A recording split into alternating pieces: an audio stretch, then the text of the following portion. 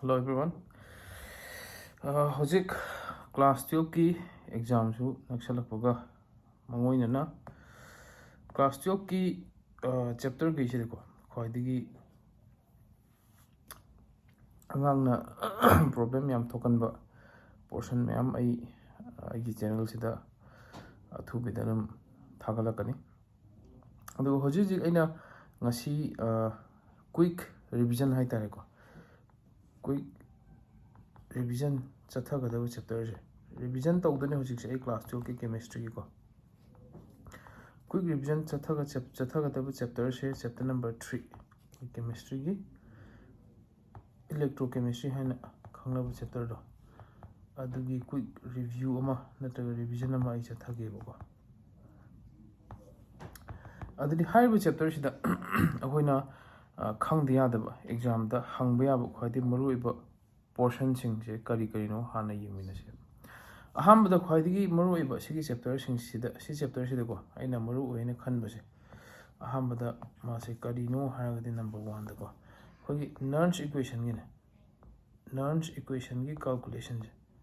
si sima number 1 maru oi ai ko Nernst equation gi related oiba calculation sing je masi sima hana koina nene budur kata hai ko aisdadi yarigai chapter sigi maroi ba topic adigi darkar ta formula adugai do I mention tawge aduga chapter se full explanation di tawroge next video gumba da I hagalak aduna sidai sida magi calculation Nernst equation ga mari ne ba calculation haibenina akoina yengba darkar ta ba calculation khar lei equation hai tare ko ahambada E cell equal to E naught cell plus 0.0591 by n log cathode ion by anode ion. So sisina hana ahambada si calculation sima hottab su adriko CBA sida su dum hanganba Manipur board ki ntra council gi su dum hanganba makhal gi part ni sima ani subda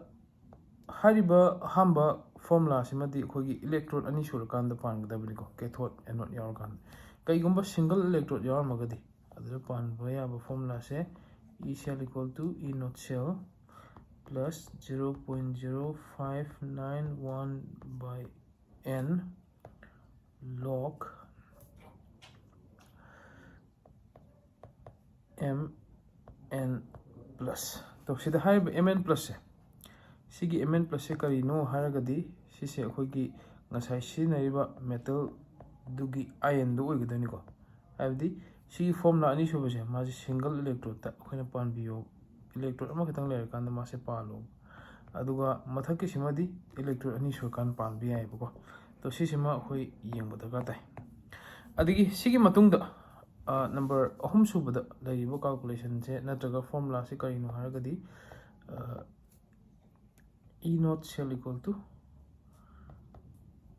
0.0591 by n log kc to si calculation se masu si formula related calculation yeng bi ai mari subada delta g naught equal to minus nf E naught cell right ko sigi mari se hogi NCERT ki textbook ta yawba formula laktani haiba formula siga related about calculation se khoni yengbi ai adu su karma chapter ki electrochemistry ki ko sina hamba saruk sida darkar ta ba mu leine next ki da khoina ani subada yengbi ai se kari no haragadi conductivity adigi molar conductivity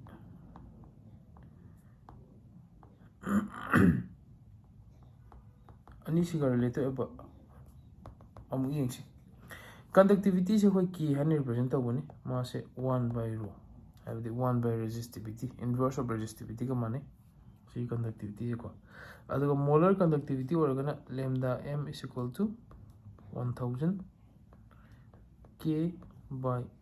M, or lambda M equal to K by C. M से करीनो हरागदी M से कोई molarity ni, sigi M से molarity ni, aduga sigi C से मास ने concentration ni. Concentration हरागदी कोई molarity अदुगुंबा specific ना पलमद्रगदी molarity पलगदी sigi हांबा इसे नबिरो पलमद्रगना मसाइगी अनिशुब से मिशन नबी आएगा. सिगी मतुंगदा अखोई formula अमगा लई K is equal to G into G star है. K से हो जाए मतलब जो पन गए K से करी नो हारा गदी K से कोई ना conductivity है बदने conductivity. G से करी नो हारा गदी G से conductance ने conductance. G star से करी नो हारा G star से shell constant है.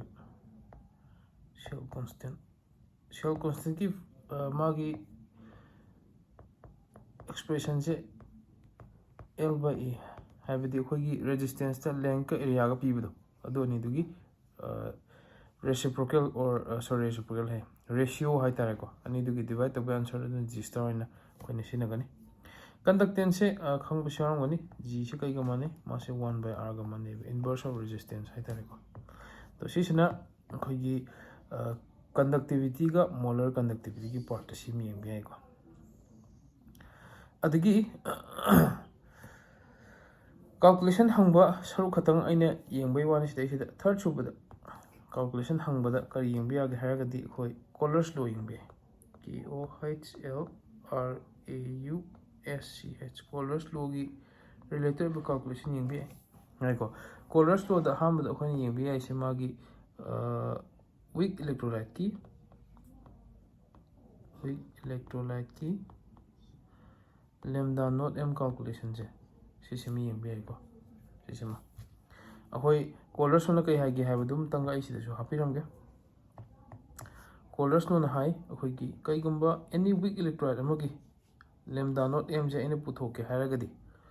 समन हाई मतलब द weak electrolyte से कोई acetic acid से weak electrolyte नहीं completely dissociate तो बुंगम द weak electrolyte हाई तारे को मागी lambda not M पुथो के हाई रगदी अखोई ना मागी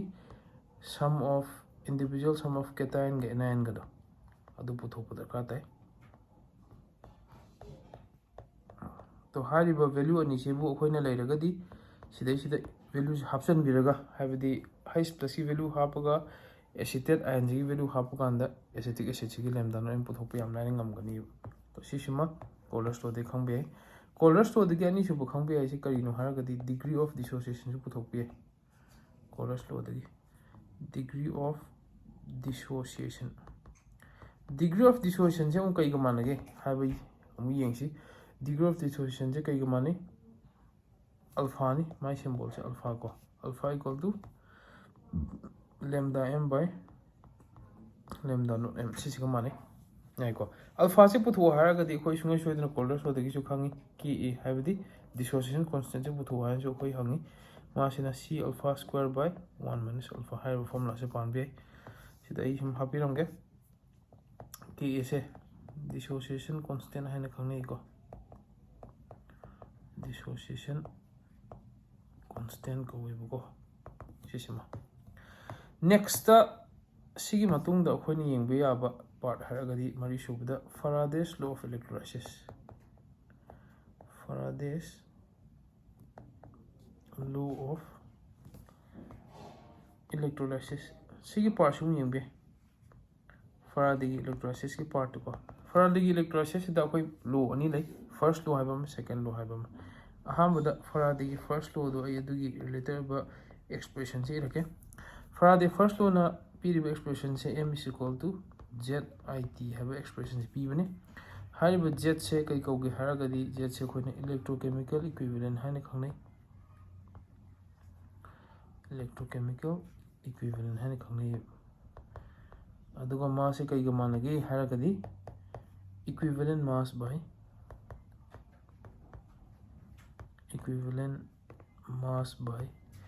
96500 siga manabane bako first law se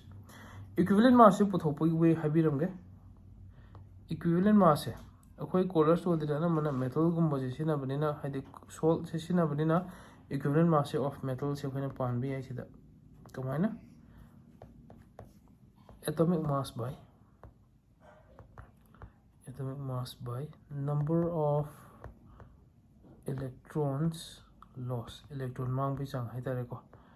sigi mateng degi khoina equivalent mass of metal se putok pe ani sida option pirani first law se calculate to bi ani buko I ga t gi simadi question de piramani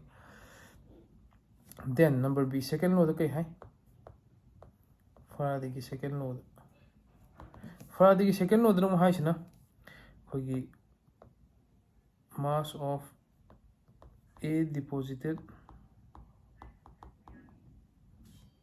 by mass of B deposited is equal to equivalent mass of A by equivalent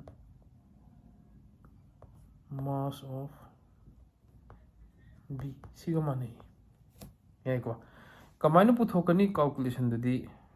next video na hapke sibukta ina thamaise ai amtang makok tagi amtang yenghange ahambada nurse equation gi related calculation hapirani formula se lebere sim phau pusan biro conductivity molar conductivity gi related calculation holani kedoga cell constant gi yawo calculation hopi ai resistance kumba resistivity kumba su yawo ne dudi hana tamgibnina agi motadi thaina tamgiba thaina yawgiba singdo adudi thoina darkar ta dini khalle adi mohta hoji nongna yawrpana nongna thengnaba singdo adu yengjalagadi hen kanani ne khalle colors lo hana tamnate si yengbi ai kamai puthokani calculation su yawi adigi degree of dissociation singse sisu yengbi ai degree of dissociation digi dissociation constant puthokpi we si yengjanbi ai Faraday gi sesu ani lai ko sisna calculation gi oba term ni aduga sigi makhada ina hapaga doisina sigi makhada ina hapningiba sina karino haragadi chapter sigi maru iba topic akhoina paaba yaba topic haitare ko habdi maru iba darkar taba topic haitare ko angang na khanba ngamdaba adubu hoi oja moina akhoina khallaga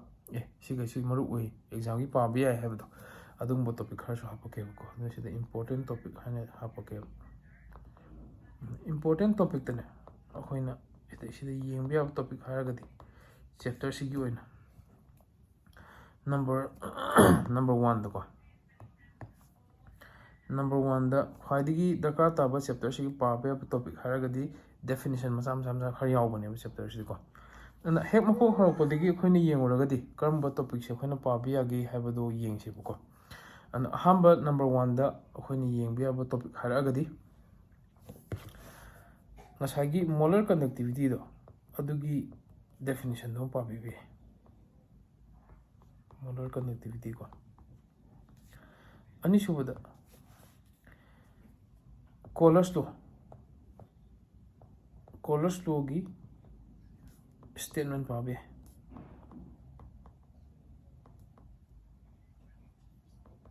ahum subada limiting molar conductivity have a term on sumarta thokane limiting molar conductivity have a term on ko masu pabe mari subada types of conductance ki makhal ko conductance ki makhal ani leibani ionic conductance haibamga metallic conductance haibam ko ionic ka metallic ka masu pabe manga subada variation of conductivity and molar conductivity with dilution variation of conductivity and molar conductivity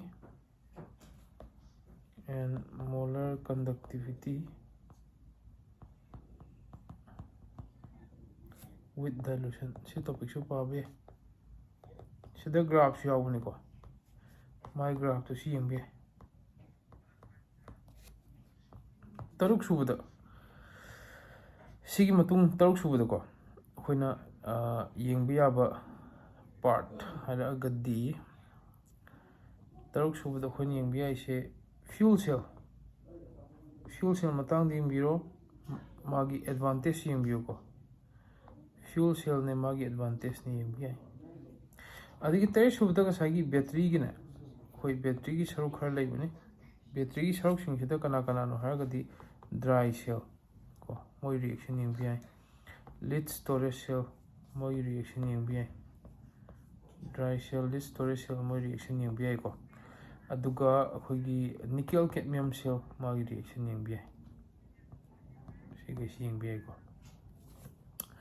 ꯑꯗꯒꯤ ꯑꯇꯩꯗꯤ ꯃꯔꯨꯑꯣꯏꯕ ꯆꯦꯞꯇꯔꯁꯤꯒꯤ ꯗꯔꯀꯥꯔ ꯇꯥꯕ ꯇꯣꯄꯤꯛꯁꯦ ꯑꯩꯁꯨ ꯑꯝꯇꯪ check ꯇꯧꯒꯦꯀꯣ ꯀꯟꯗꯛꯇꯤꯚꯤꯇꯤ course ꯂꯣ ꯂꯩꯔꯦ 8 ꯁꯨꯕꯗ ꯗꯔꯀꯥꯔ ꯇꯥꯕ ꯍꯥꯏꯔꯒꯗꯤ ꯑꯩꯈꯣꯏ ꯗꯤꯕꯥꯏ ꯍꯀꯦꯜ ꯏꯀ꯭ꯋꯦꯁꯟ ꯌꯥꯏꯀꯣ ꯗꯤꯕꯥꯏ ꯍꯀꯦꯜ ꯏꯀ꯭ꯋꯦꯁꯟ ꯑꯃ ꯂꯩꯕꯅꯦ ꯑꯗꯨꯁꯨ ꯌꯦꯡꯕ ꯌꯥꯏ ꯗꯤꯕꯥꯏ ꯍꯀꯦꯜ ꯏꯀ꯭ꯋꯦꯁꯟꯁꯦ 9 ꯁꯨꯕꯗ ꯀꯣꯔꯣꯖꯟꯒꯤꯗꯅꯦꯀꯣ ꯀꯣꯔꯣꯖꯟꯒꯤꯗ ꯔꯁꯇꯤꯡꯒꯤ 마기 수 리액션 야오보네고 러스팅기 리액션도 아두시 ꯌꯦꯡꯕ ꯀꯣꯔꯣꯖꯟꯒꯤꯗꯀꯣ ꯑꯗꯨꯅ ꯁꯤꯒꯩꯁꯦ ꯌꯦꯡꯖꯟꯕ ꯌꯥꯏ ꯁꯤꯒꯩꯒꯤ ꯃꯃꯥꯡꯗ ꯃꯆꯥꯕꯨꯗꯤ ꯌꯥꯎꯕꯅꯦ ꯑꯗꯨꯕꯨ ꯑꯗꯨ ꯊꯣꯏꯅ ꯗꯔꯀꯥꯔ ꯇꯥꯗꯦꯅ ꯂꯧꯔꯦ ꯑꯗꯣ ꯁꯤꯒꯩꯁꯦ ꯌꯦꯡꯖꯜꯂꯒꯗꯤ ꯑꯩꯅ ꯁꯨꯝ ꯈꯟꯕꯗ ꯆꯦꯞꯇꯔꯁꯦ ꯁꯤ ꯆꯦꯞꯇꯔꯁꯦ ꯀ꯭ꯋꯤꯛ ꯔꯤꯚ꯭ꯌꯨ ꯑꯃ ꯑꯣꯏꯅ ꯔꯤꯚꯤꯖꯟ ꯑꯃ ꯑꯣꯏꯅ ꯁꯤꯒꯩꯁꯦ ꯃꯔꯨꯑꯣꯏꯕ ꯇꯣꯄꯤꯛ ꯁꯤꯒꯩꯁꯦ ꯌꯦꯡꯉꯕ ꯑꯗꯨ ꯑꯣꯏꯔꯒꯗꯤ ꯌꯥꯒꯅꯤꯅ ꯈꯜꯂꯤꯀꯣ ꯑꯗꯨꯅ ꯁꯤꯕꯨꯛꯁꯦ ꯉꯁꯤꯒꯤ ꯑꯩ ꯚꯤꯗꯤꯑꯣꯁꯦ ꯁꯤꯕꯨꯛ ꯊꯝꯒꯦ ꯑꯗꯨꯒ ꯁꯤꯒꯤ ꯃꯈꯥ ꯇꯥꯕ नेक्स्ट चैप्टर की अदुगा सी रिलेटेड कैलकुलेशन आई थागलकेको